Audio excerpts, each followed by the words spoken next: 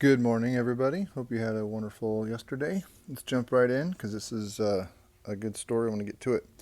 So yesterday we learned about Hideyoshi and how Hideyoshi was a common person, could not become samurai. I'm sorry, could not become shogun because he wasn't samurai. He had the position, he had the power, he just didn't have the title, and it bothered him.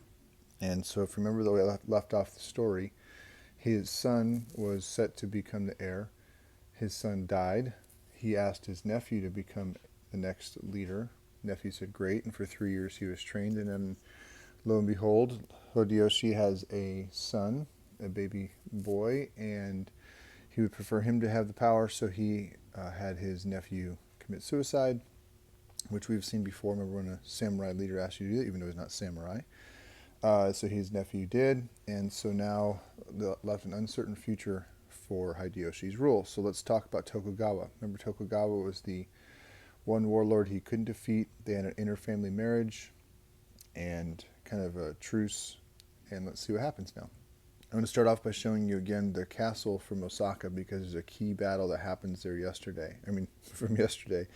Let me start over. I want to show you the castle today because there's a key battle that happens in today's story. I showed this to you yesterday. Now, try to imagine this without the modern buildings in the back, and just kind of what it would have looked like without the modern downtown Osaka. But that's that. So that tall tower in the middle, that's where a big battle is going to take place. All right, here we go. So Hideyoshi's trusting Tokugawa.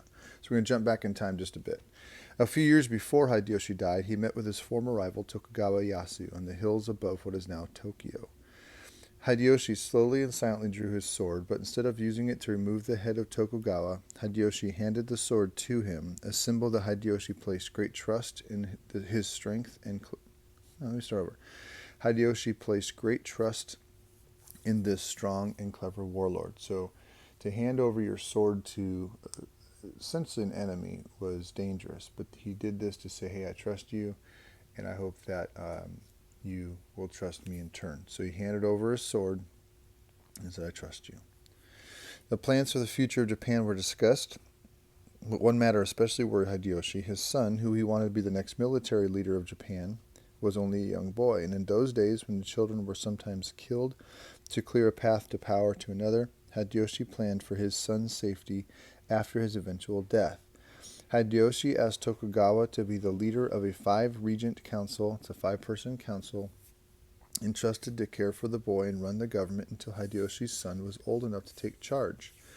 Although this is like assigning a fox to watch the chickens, Hideyoshi had tremendous trust in Tokugawa's wisdom and abilities.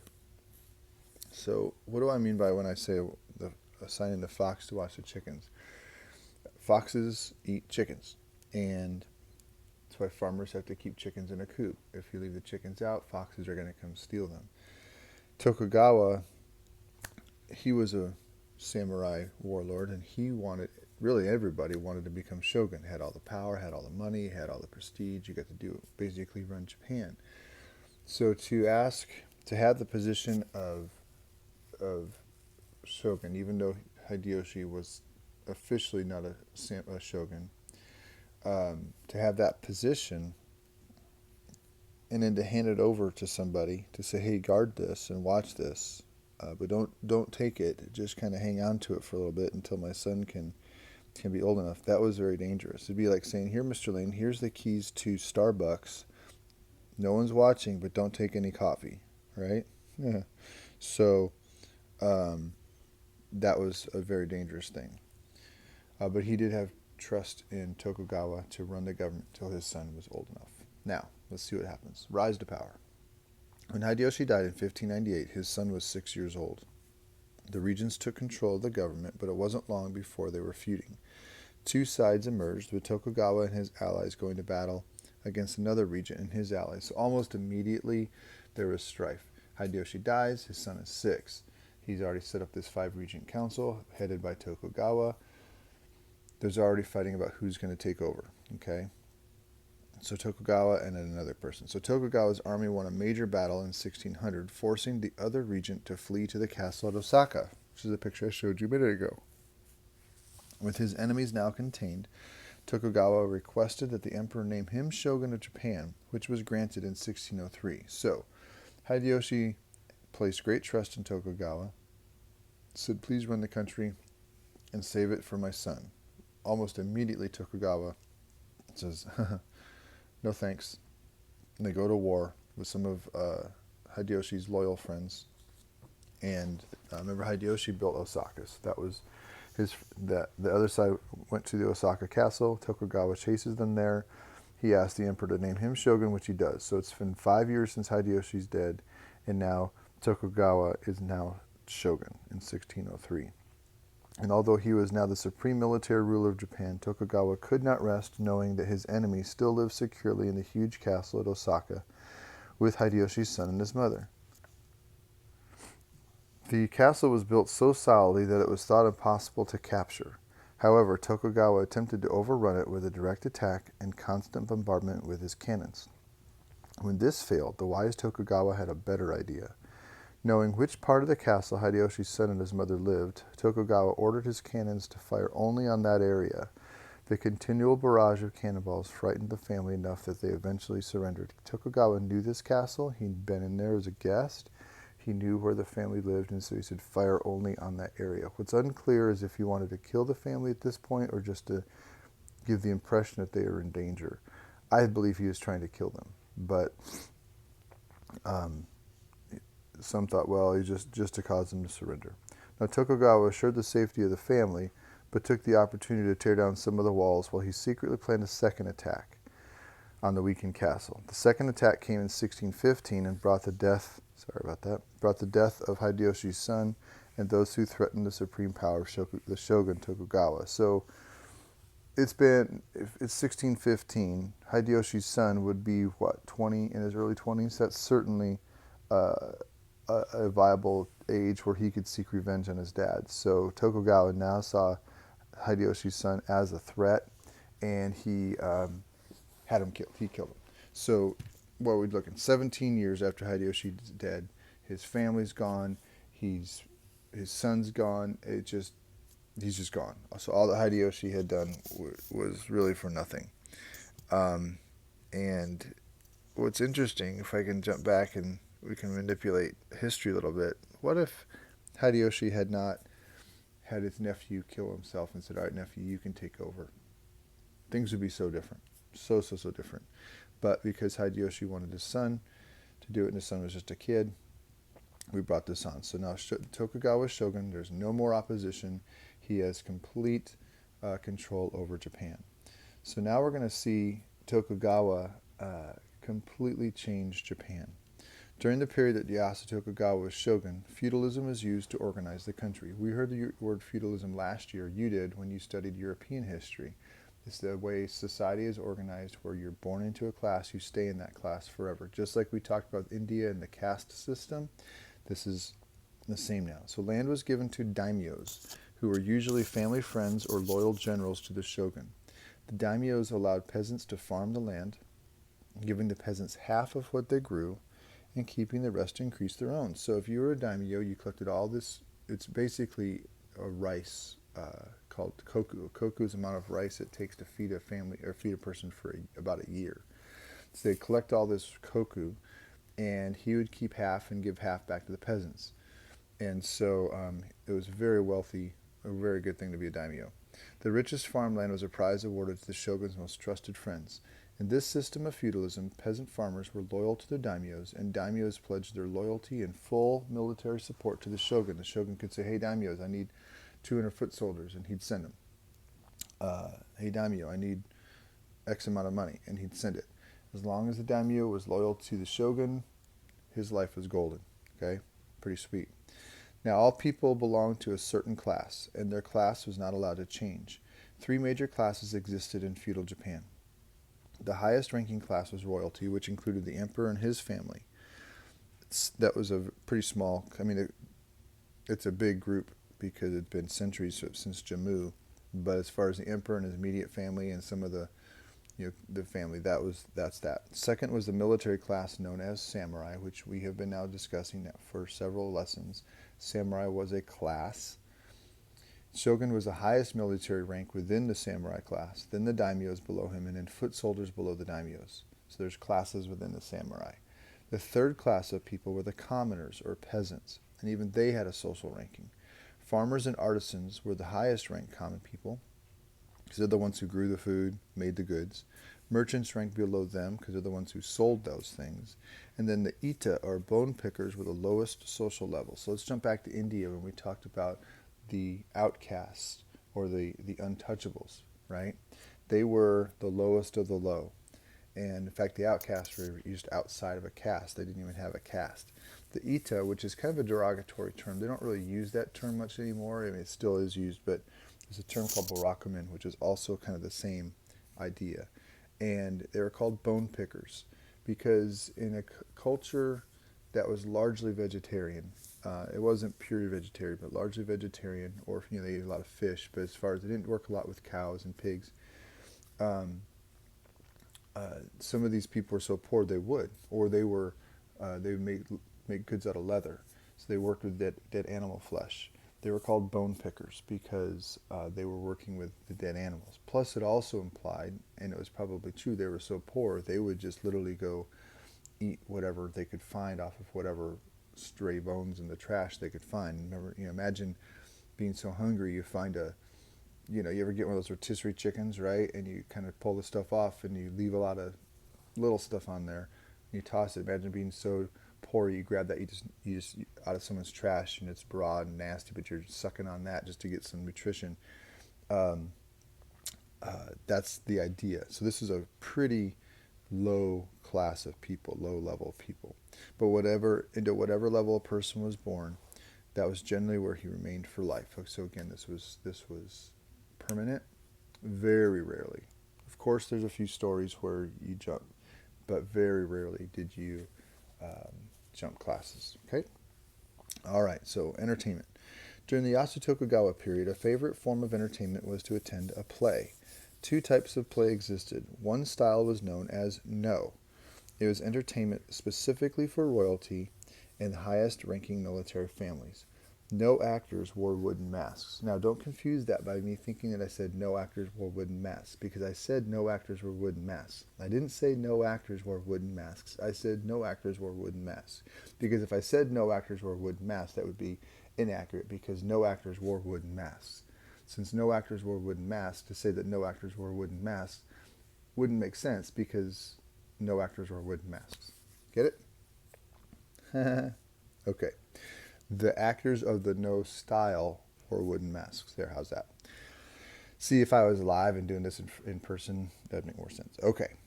All right. So, because the No actors could not change facial expressions, their costumes and body movements were important in telling the stories, usually of gods and military heroes. A second, livelier form of theater developed to entertain the common people. Known as kabuki, these plays contained more action, music, and generally were more fun to watch. So the No theater was like the opera, the symphony. It was very upper class, upper crust. You kind of get dressed up a little bit. The kabuki was more of like just going out, to a bowling alley or something. Very casual, more common, and it was definitely more fun, more musical, and a lot of times funny. Now, since women were forbidden to be kabuki actors, men played the roles of women, adding to the humor of the event. Colorful costumes and exciting stories made kabuki a popular form of entertainment. Okay, now, Tokugawa's powerful shogunate. So you have a king runs a kingdom, an emperor runs an empire, a shogun has a shogunate. That's all that means. So although Tokugawa possessed wealth beyond imagination, he did not share the same fascination with gold and silver as did Hideyoshi. Remember, Hideyoshi just craved money. Total power and control were the main interests of Tokugawa. Total power and control were the main interests of Tokugawa. He was power hungry. This is a quote. He said, keeping the peasants at poverty level kept them under control. Here's his quote. Give the peasants neither life nor death, he said, meaning feed them only enough to keep them from starving to death, but no more. That is a terrible way to lead people. Give them just enough to where they're not going to die from starvation, but they're always wanting a little bit more. That way they're going to stay loyal to you. That is a terrible way to lead. If any of you ever become the leader of your own country one day, do not lead like this, please, because this is a terrible, terrible way. But it was effective because it kept people loyal to him. But it was a very power-hungry move, and it was not a putting the people first. Imagine if our president leadership said, "I'm only, we're only going to give the American people just barely enough to stay afloat, and not where they're going to die, but we don't give them too much." That's not what we do. The daimyos were kept under control by requiring that their families live near Tokugawa's government at Edo. So, Edo is where Tokugawa set up his government. Edo is no longer called Edo. I'm going to give you a real quick clue. Tokugawa had his government at Edo. So Edo is a city. It's changed its name. Take a wild guess what the city in Japan, which used to be called Edo, which was controlled by Tokugawa, what it's called now. You all went, oh, Tokyo, because of Tokugawa. So Tokyo was once called Edo.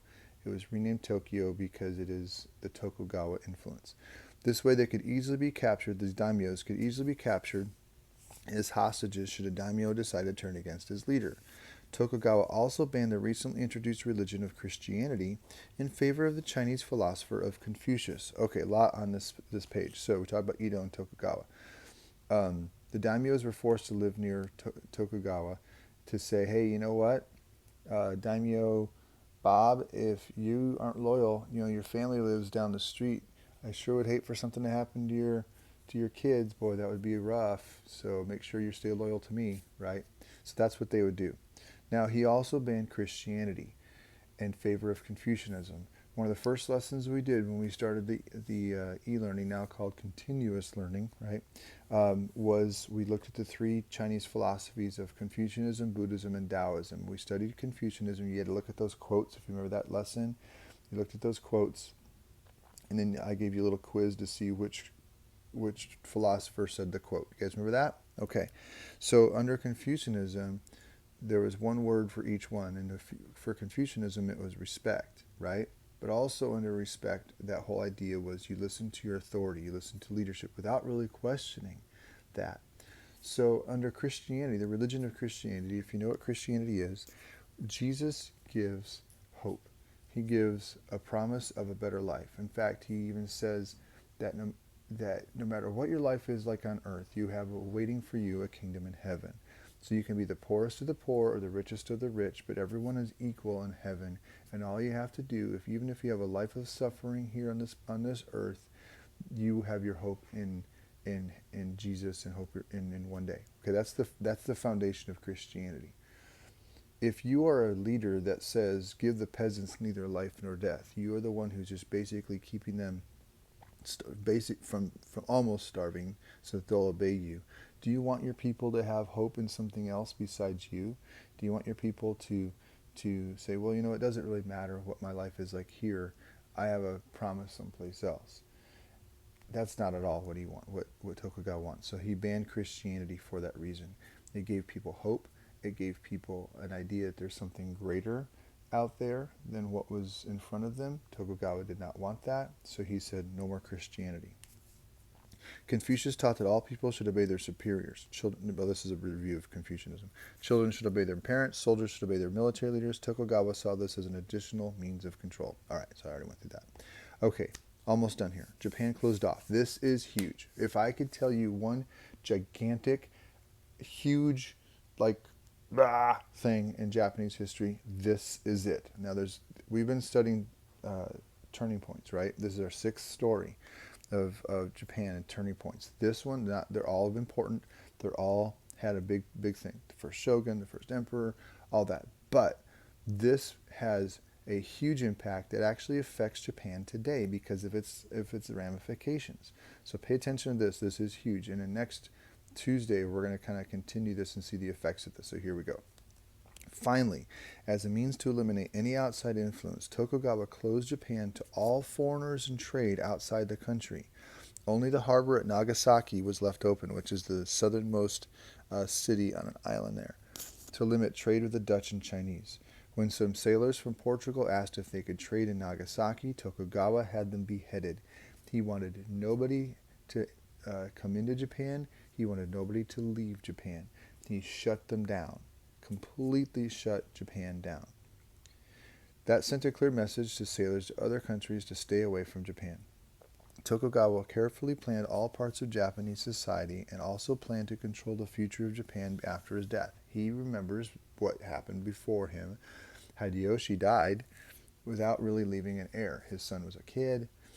It created a problem. That's how Tokugawa got to be in the position. So, his son, Tokugawa's son, was allowed to become shogun before Ieyasu died, so he could assure a stable transfer of power. He knew he was getting older. His son was old enough. He said, all right, I'm going to pass on the shogun power to you. He resigns. He gives it to his son. The emperor names him shogun, which the emperor kind of did what the shogun wanted. And therefore, there was no wonder who was going to be the next shogun. There was no this up for grabs. It was clear. It's going to be Tokugawa. So now we have a dynasty. We know what a dynasty is, right? It's a period of family rule. So the Tokugawa Ieyasu passed it on to his son, and now we have a shogun dynasty. The title of shogun remained in the Tokugawa family for more than 250 years because they did this. They kept passing it down.